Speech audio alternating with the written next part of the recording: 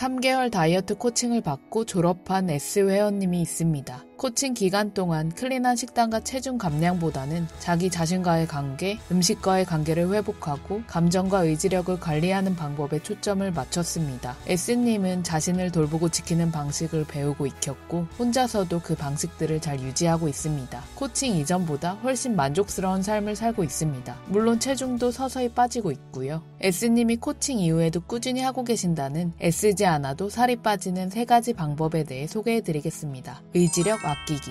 인간의 본능은 먹고 자고 쉬는 것을 좋아합니다. 변화에는 위험이 따를 수 있다고 판단하여 안정된 상태를 고수하려고 하는 것입니다. 그래서 먹을까 말까 이런 고민에 빠지면 먹게 될 확률이 크고 운동을 갈까 말까 생각하면 그냥 안 가게 되는 일이 많은 것입니다. 이런 고민을 한다는 자체가 99%의 확률로 지는 게임을 하고 있는 것과 마찬가지입니다. 하지만 해결책은 굉장히 단순합니다. 애초부터 그런 고민을 하지 않는 환경을 만들어두면 됩니다. 갈까 말까라는 고민이 들면 생각을 멈추고 딱 5초를 세면서 그냥 움직이면 됩니다. 고민되는 생각을 무시하고 행동하면 승산이 매우 높아집니다. 운동하러 가는 건 집 밖을 나가기 전까지가 가장 힘들다는 걸 정말 많은 분들이 공감하실 거예요. 막상 나가서 운동을 다녀오면 개운하면서 흐뭇한 마음까지 듭니다. S님도 의지력 아끼기를 일상에서 실천한다고 말씀해 주셨습니다. 수영 가기가 싫다는 생각이 들면 그 생각을 그냥 안 한다고 합니다. 인간의 뇌는 수영을 가지 않아도 되는 이유를 10가지 이상 만들어낼 수 있습니다. 그러니 생각을 멈추고 그냥 행동하는 겁니다. 그렇게 하면 굳이 애쓰지 않아도 쉽게 가진다고 합니다. 그리고 의지력은 하루에 사용할 수 있는 총량이 정해져 있다는 사실을 인지하고 쓸데없는 곳에서 의지력을 낭비하지 말자고 생각하면 스스로를 설득하기가 더 쉽다고 합니다. 다른 회원님도 비슷한 방법을 사용하고 있습니다. 요가를 갈까 말까 고민하는 일이 잦아졌다고 합니다. 그날그날 컨디션을 신경 쓰면서 선택하는 것도 의지력이 고갈되는 느낌이라 아예 가는 날을 정해두었더니 오히려 마음이 편하고 쉽게 요가를 가게 되었다고 합니다. 단 여기서 주의할 부분이 있습니다. 정말로 컨디션이 안 좋고 피곤한 날이 있을 수 있습니다. 그럴 때는 과감하게 쉬는 것을 선택하는 것이 좋습니다. 자신에게 쉼과 여유를 허락하세요. 푹 쉬고 빨리 회복해야 건강을 챙길 수 있고 어떤 일을 하든 효율이 높아집니다. 감정 읽고 판단하지 않기.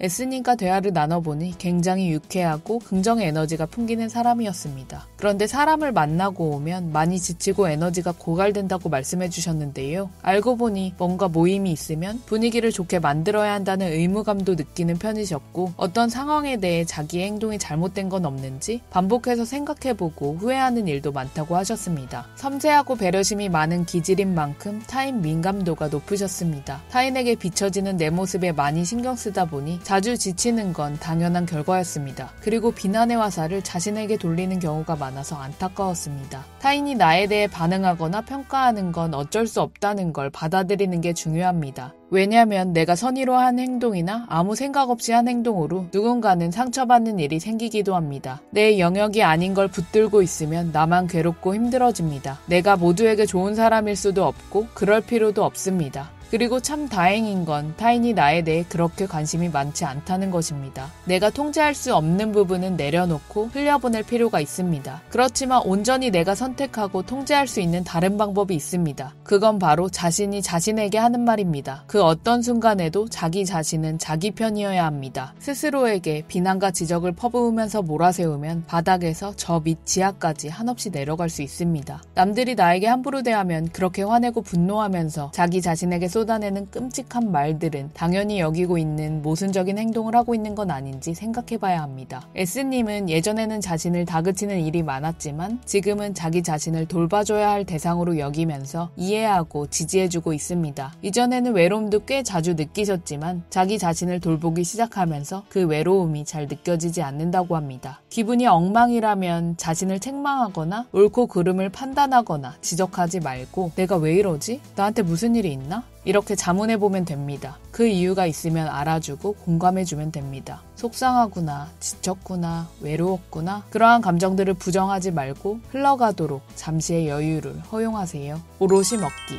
S님은 TV를 보면서 밥 먹는 게 당연한 일상이었고 소파에 앉아서 뭔가 보면서 주전부리를 먹는 것이 삶의 즐거움 중 하나였습니다. 그리고 가족을 위해 요리하고 식사를 정성스럽게 준비했지만 정작 자신의 식사는 제대로 챙겨 먹지 못하고 대충 먹기 일쑤였습니다. 하지만 이제 하루 한 끼 중 점심만큼은 자신만의 식사로 대접해서 음미하면서 먹습니다. 오직 자신만을 위해 예쁜 그릇을 꺼내고 멋진 식사를 대접합니다. 자기 자신을 대접하고 존중하면 만족감과 자아 존중감이 올라갑니다. 일상의 다른 영역에도 긍정의 영향을 미칩니다. 그런데 일상을 바쁘게 살다 보면 항상 만족하는 식사, 여유로운 식사를 누릴 수는 없습니다. 상황 때문에 만족스러운 식사를 자주 못하더라도 괜찮습니다. 하루 한 끼라도 혹은 일주일에 몇 번이라도 음미하며 소중하게 먹는 식사의 시간을 갖는 것이 중요합니다. 자기 자신과 식사 약속이 있다는 마음가짐을 가져보세요. 빈도가 아니라 밀도가 중요합니다. 마지막으로 명언 하나 나눠드릴게요. 자존감이란 가장 허름한 상황에서도 나만은 나를 따뜻하게 지켜봐 주는 것. 다양한 의견이나 사례, 그리고 안부는 댓글로 남겨주시고요. 온 우주와 저는 무조건 언제나 당신 편이에요. 참 소중한 당신, 우주만큼 고맙고 사랑해요. 우리 존재 화이팅, 화이팅, 화이팅!